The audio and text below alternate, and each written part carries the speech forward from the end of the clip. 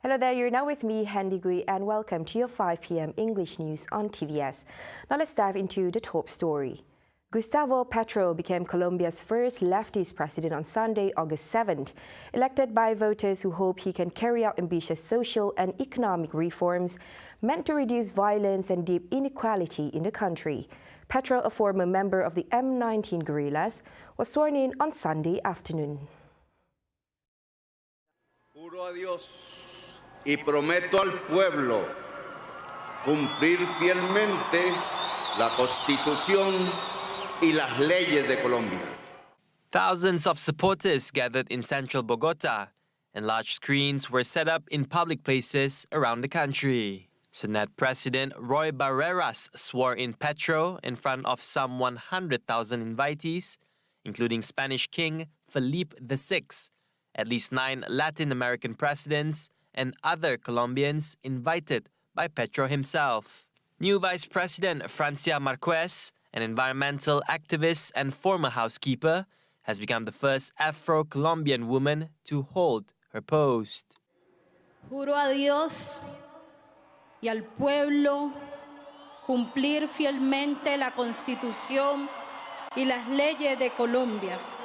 También juro ante mis ancestros y ancestras, hasta que la dignidad se haga costumbre. Petro, a 62-year-old former senator, has said his first priority will be to fight hunger in a country of 50 million, where nearly half the population lives at some level of poverty.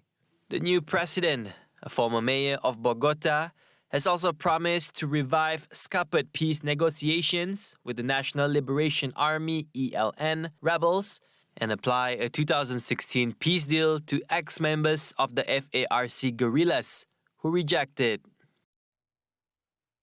Now, large pumps suck water from a flooded coal mine in Mexico on Sunday, August 7th, as authorities decided whether to send divers to try to save 10 miners who have been trapped underground for more than 4 days.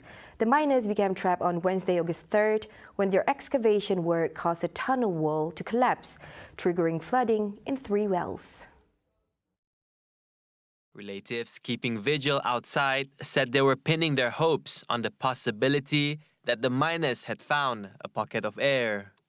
According to relatives, the prospect of mud-filled tunnels and underground collapses could make it impossible for rescue teams to search for the miners, even if enough water is extracted. Confiamos siempre en la misericordia de Dios, confiamos obviamente en los milagros y también, sobre todo, sabemos perfectamente que son familias que tienen fe y la oración ahorita es lo único que nos puede fortalecer estos momentos. 6 divers from the Mexican Special Forces were sent to aid the effort at the mine, where 3 wells, each 60 meters deep, were initially more than half filled with water. 5 people were able to escape the accident. The mine in the municipality of Sabinas opened in January and had no record of complaints for any type of abnormality, according to the Labor Ministry. Now, Padawan Municipal Council Deputy Chairman Dato Ahmad Ibrahim took the oath of office before Dewan Negara President Tan Sri Dr. Rais Yatim on Monday, August 8. Ahmad Ibrahim is a new appointment by the Sarawak State Assembly effective July 22, 2022 to July 21, 2025. Also taking the oath as a senator is Johor MCA Deputy Liaison Chairman Datuk Lim Pei Han, who has been re-elected for the senatorship by the Johor State Legislative Assembly for another term from June 26, 2022 to June 25, 2025. Both senators were sworn in as senators before the question and answer session in the Dewan Negara. Rais, in his speech, reminded them to play their role and responsibilities as senators as best as possible, including in the effort to transform Parliament.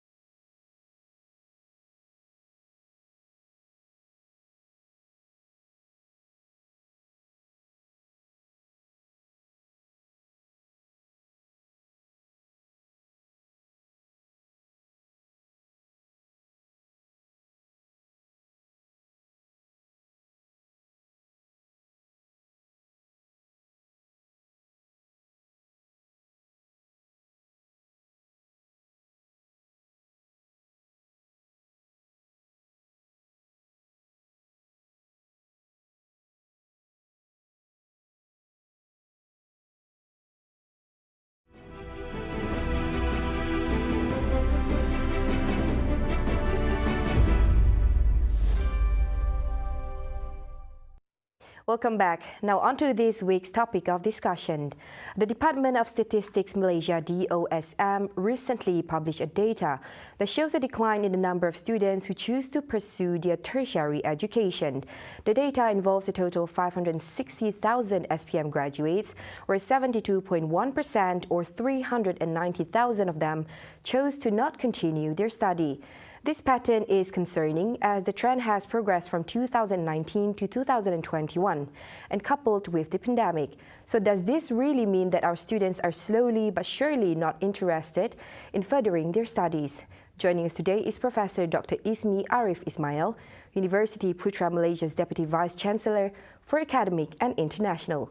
Now, why is there such a trend where students prefer not to pursue their tertiary education? To say declining totally is, I would say, is not totally accurate, because I think now we are looking at there are vast opportunities for them to pursue, whether to go straight to tertiary institutions or they want to, find a job first, get them settled down, then only, they might reconsider to go into tertiary institutions.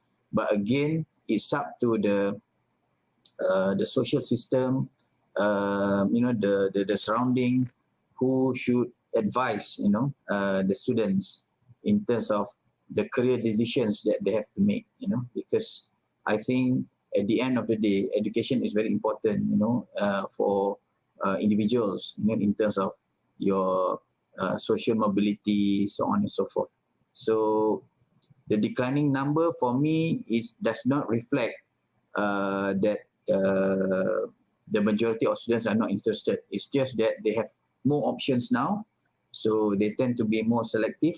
So that's why it affects on the number, on the surface level. Now, the number of social media enthusiasts has grown dramatically over the past few years, and it's proven that becoming a public figure on the internet creates lucrative income. Will this lead to a generation that leverages on digitalization and deprive the country of having highly educated individuals and experts in their respective fields?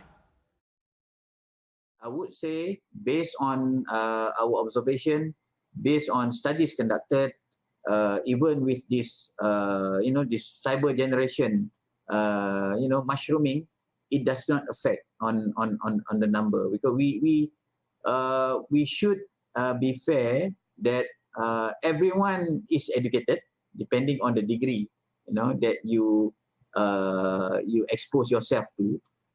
But to say that the social media generation will affect and will have us having less number of highly educated people, I think is wrong, because we still have a lot, coming into mainstream, and we are not short of those who prefer to do professional degrees.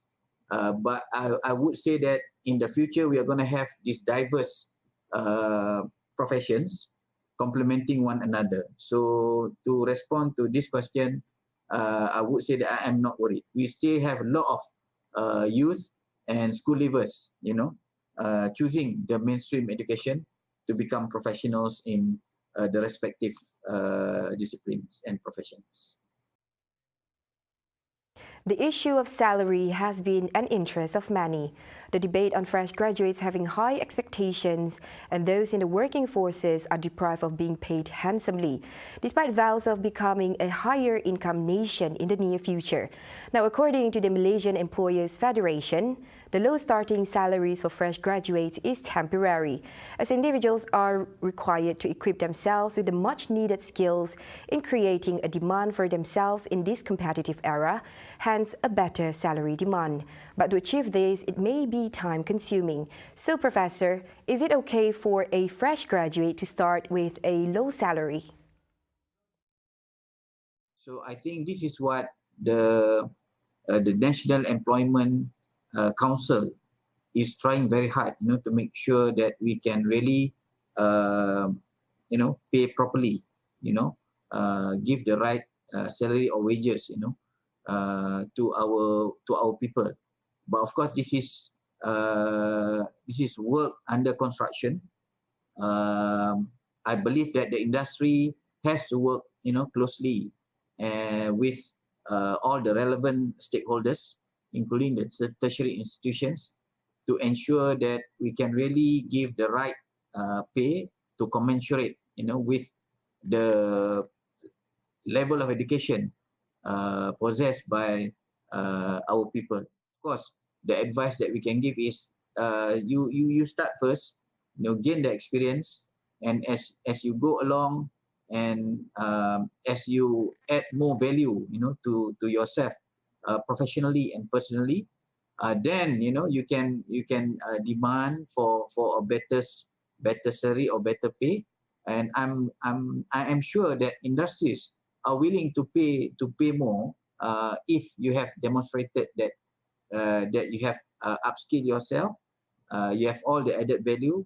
So it's just a matter of going through the normal pathway to start early with a very I would say minimal, as long as it is minimal and logical enough, with to commensurate with the degree that you have. But of course, as you go along, you can start adding more to yourself, and of course you can demand more. Thank you, Professor, for your insight. Now see the world closer with TVS as we bring you the latest news updates both locally and internationally, just a click away by heading on to our website at TVSTVMY or follow us on our social media platforms. That's all the time we have for TVS News at 5. I'm Hendy Gui. Thank you for watching.